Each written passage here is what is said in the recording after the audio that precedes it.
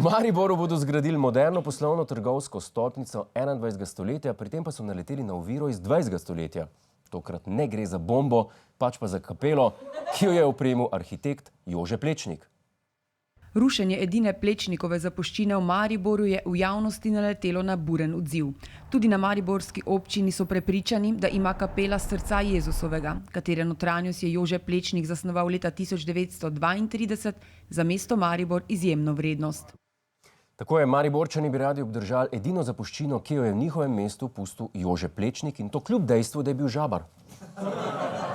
Vprašanje je torej, kako hkrati ohraniti kapelo in zgraditi nakupovalno središče. Ena možnost je, da trgovine preprosto postavijo okoli kapele. Oziroma drugače povedano, v Mariboru lahko zgradijo Plečniklandijo. Edini nakupovalni center, kjer lahko še pred nakupi prosiš Boga, če lahko da zimske jakne v akcijo. Ali pa vsaj ženi podeli zmernost, neki. Druga, zaenkrat bolj verjetna možnost pa je, da se notranjost kapele preseli nekam drugam, kar pa je precej zapleten poseg. Treba najprej vse detaljno izmeriti, potem je treba vse te stvari tudi posneti, označiti in potem jih nekako po vrstnem redu oddemontirati in potem seveda na drugi lokaciji v enakih gabaritih postaviti nazaj. Ja.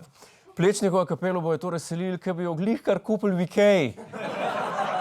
V škatli dobiš sestavne dele, načrt za sestavljanje v 12 različnih jezikih, pa en imbus ključ. Pa za foro par vijakov manjka, da bo izkušnja res avtentična. Način selitve je torej znan, rabimo samo še lokacijo. Kot najverjetnejša izbira se omenja škofijska gimnazija, ampak če res želimo Plečnikovo delo približati Mariborčanom, bi morali preseliti v gostilno, je spravno. Ne samo, da bi se dvignil obisk, temveč, ko bi Štajerci slišali, da je Jezus znal narediti vino kar iz vode, bi ga takoj sprejeli za odrešenika. Hej, to je naš YouTube kanal, klikni na ta gumb in se naroči, da boš na tekočem. Polajkaj pa nas tudi na Facebooku in na Twitterju, pa na ulici, pa na kakšnem javnem WC-ju.